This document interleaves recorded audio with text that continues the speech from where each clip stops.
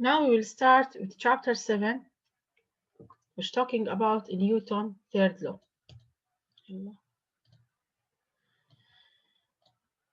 Let's start with 7.1, which is the forces and interaction. A force is always part of mutual action that involves another force. I cannot say there's only one force and I will stop. If there's a push, it must be there's a pull. So it's not the force, it's not only one action that acts on an object. It's one from the one mutual action. That's mean every force there's an interaction force. Every push there's a pull. Every force that acts on a wall, if I act or I push the wall as an example, try it now. Stand up, try to push the wall. You will find that your feet will come backward. Why? Because the wall push you, or the pull yes, push you to the left, to the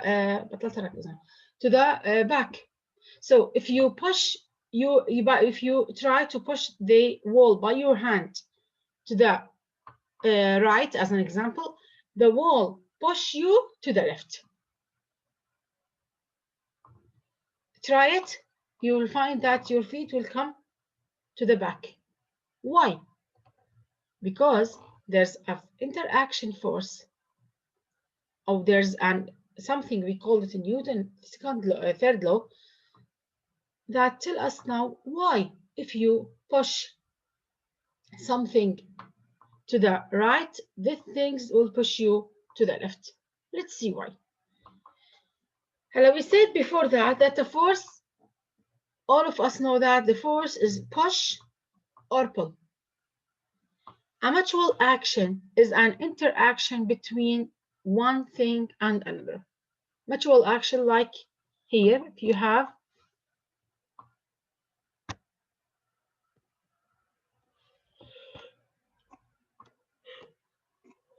this example here.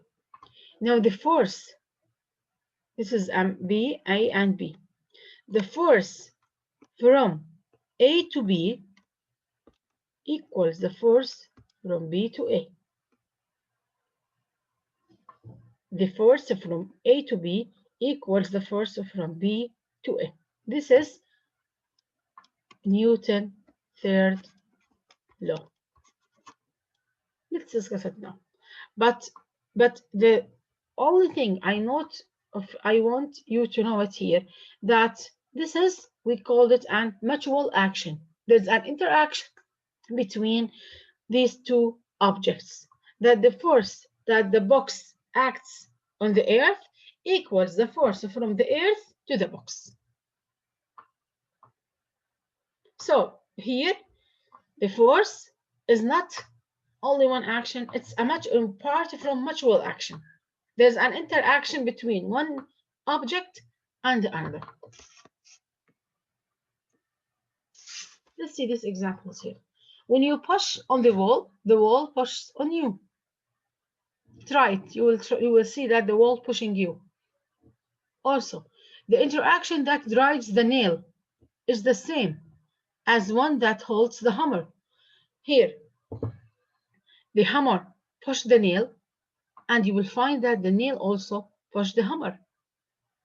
Try it. When you knock on it, you will find that sometimes the hammer going upward. Why? Because there's an interaction here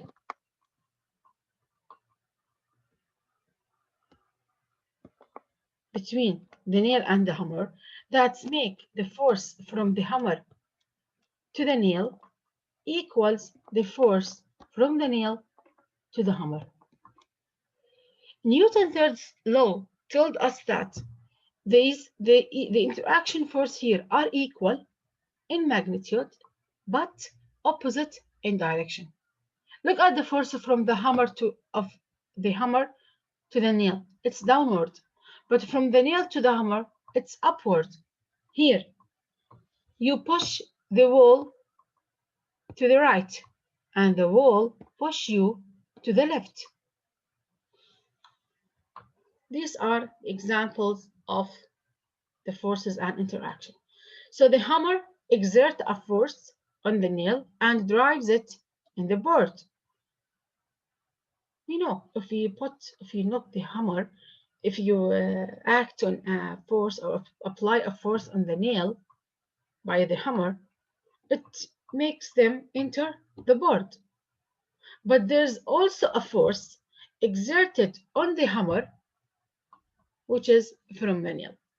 So Newton reasoned that while the hammer exerts a force on the nail exerts a force on the hammer. In the interaction, there's a pair of forces, one acting on a nail and the other acting on the hammer. So this is Newton, or this is an introduction to Newton's third law. They told me that the force cannot be only one force. It must be one from a pair of forces. It must be one from mutual interaction between two objects. So any force in any interaction, there's only one pair of forces.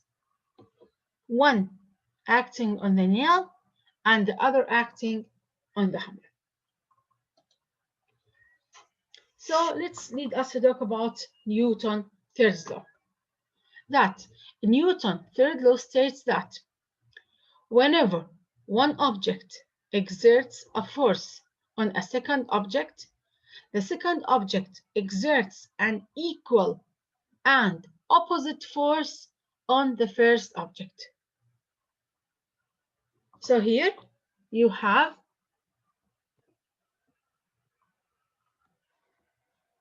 like this here as an example. Imagine here that I am here, okay, and I'm push on the wall. Now here the force me here I exert a force on a wall. Let's name it F1.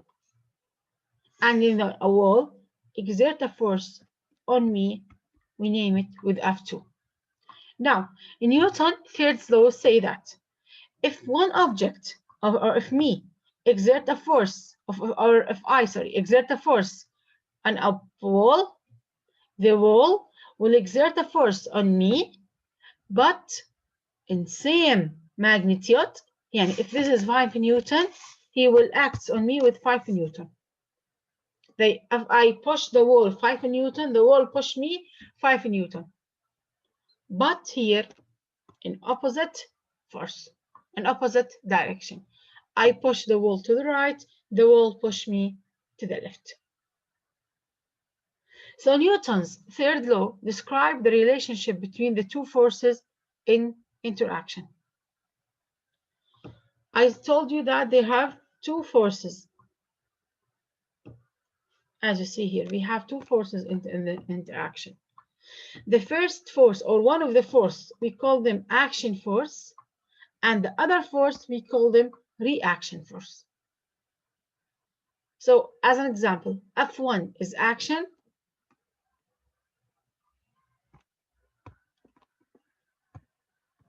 and F2 is reaction. Neither force exists without the other. Cannot say there's an action force without a reaction force. They must be a pair of forces exerting at the same time. They are equal in strength and opposite in direction. And they occur at the same time. So this is Newton's third law. One force is action, and the other force is reaction. What is the action force? This is the first force, or this is the force between one object to the second, and the reaction from the second object to the first object. They are equal. The action So the action equals the reaction in magnitude, but they are opposite in direction. So I will say an F1 negative F2. What does it mean? That means F1 equals, or the magnitude of F1 equals magnitude of F2, but in opposite direction. This is Newton's first law.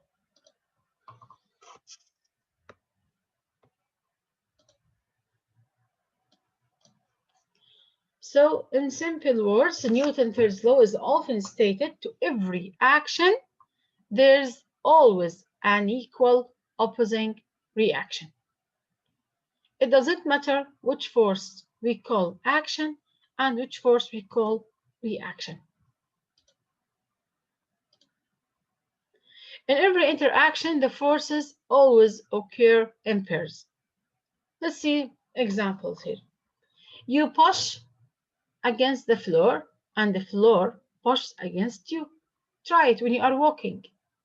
You push against the wall and then the floor pushes against you. The tires of a car interact with the road to produce the car's motion. The tires push against the road and the road pushes back on the tires at the same time. When you are swimming, you push the water backward and then the water pushes you forward. These are examples of Newton's first law. You push water backward, the water pushes you forward. When you are walking, you push the floor and the floor pushes on you. And the tire of the car, we know that when the tire of the car is moving, it's make the car, or it's produce the car motion.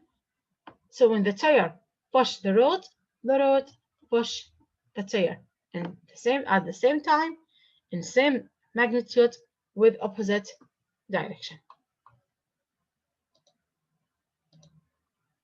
Here, when the girl jumps to shore, the boat moves backward. Here, this girl, the girl here, jumping from the wall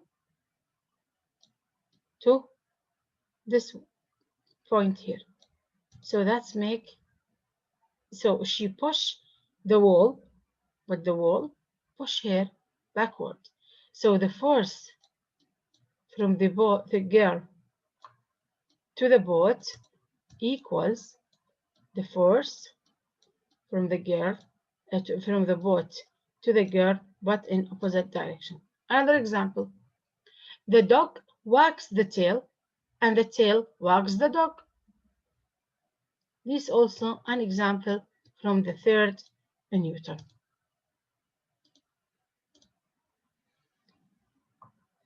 Okay, now, or before going to do the next thing here, do you have any question about the Newton third law? No, teacher, No, it is like إنه لكل فعل ضد فعل, right? Yes. Yes. Yeah. No.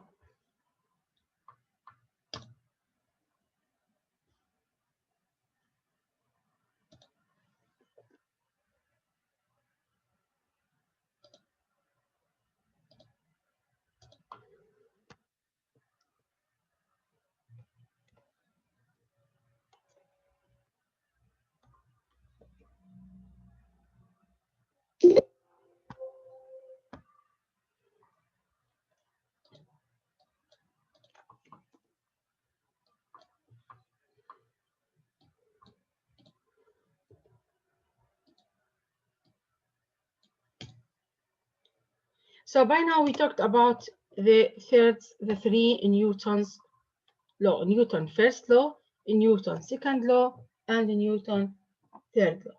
Now, Newton's first law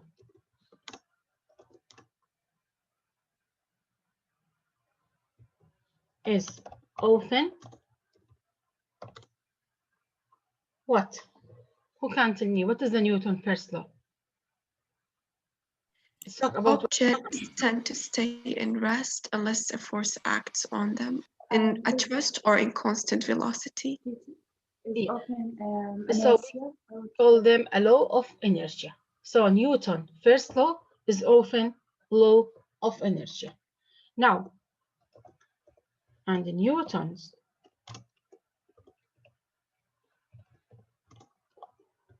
second law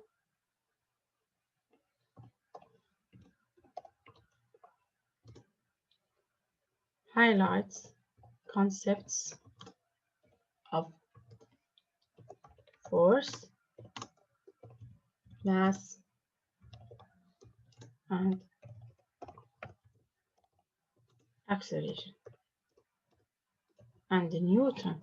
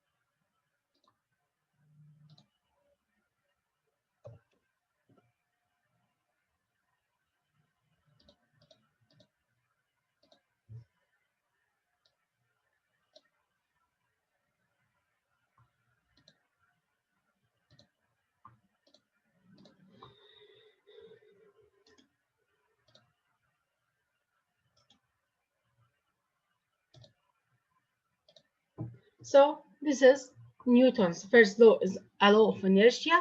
Second law, it highlights the concepts force, mass, and acceleration that we said Fm times A. And third law is a law of action and interaction. For every action force, there is an interaction force equal in magnitude and opposite in direction.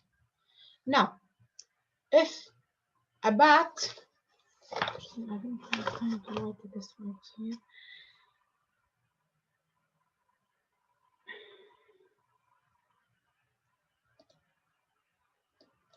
Now, if a bat hits a ball with 1000 Newton of force, can the ball exert less than 1000 Newton of force on the bat or more than 1000 Newton? It should be Can 1000. you repeat your question? Can you repeat the question? There's a bat hits a ball. Okay, I will.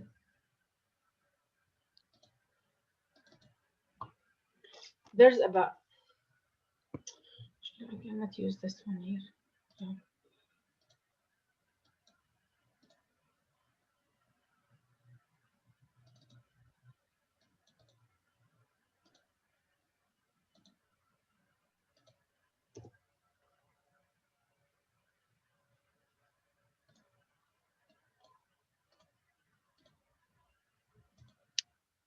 Now, there's a bat exert a force on a ball.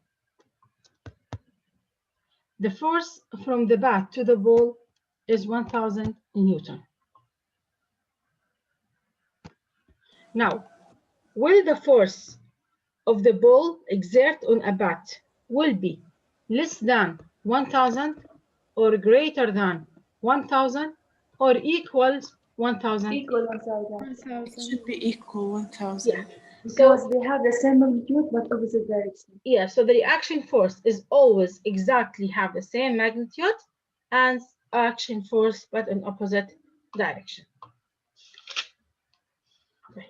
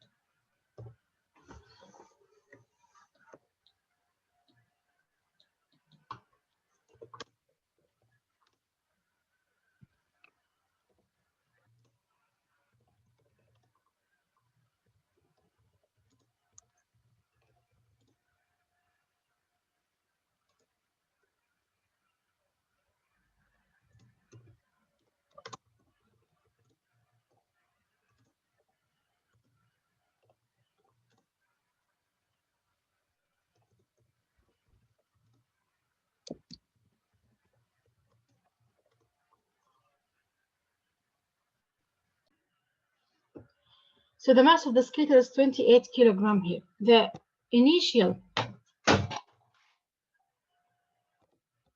speed, they act on the speed of 2 meters per second. Push against the sled. So there's a skater acts or make an interaction force or an action force with the sled and slows them to 1 meter per second in 0.5 seconds. What is the force of the skater on the sled? So here, the mass of the skater is 28 kilogram. V initial, I have the V final, and T 0.5 seconds. Now to find the force of the skater on the sled, let's name it with F2, from Newton's third law. So there's a force from the skater to the sled, we name it F1, and from the sled to the skater, we name it with F2. So to find the force from the skater with the sled, we will go to use the Newton's third law, which said that the force that slows the skater F1 equal and opposite the force of the sled, which is F2. So here I have only the mass, I have the V initial, V final, T, and they asked me to find the force from the skater to the sled. But I cannot, or I didn't have F1. I have only, or I can find only F2. So here I will use the third law and the second law. From the second law,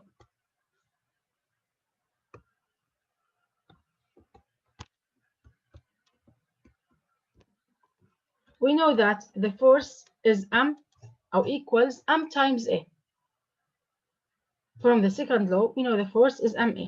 The force here is 28, and I need to find the acceleration. How we find the acceleration? We go back to the Newton's first law. It is V final minus V initial over the time. So it's a 28, 1 minus 2 over 0.5, which is 28 times negative 1, which is negative 2, negative 56. So from Newton's second law, we find the force from the sled to the skater, which is negative 56. How can I find F1? I will go to the Newton's third law. We say that in Newton's third law, applying the Newton's third law, we say that F1 is negative F2. So that's mean F1 will be 56 in Newton. Here I used the 3 laws. The first one, they asked me to find, they told me I can tell you the force from the sled to the skater, but I wanted to find it from the skater to the sled. Okay, I tell him,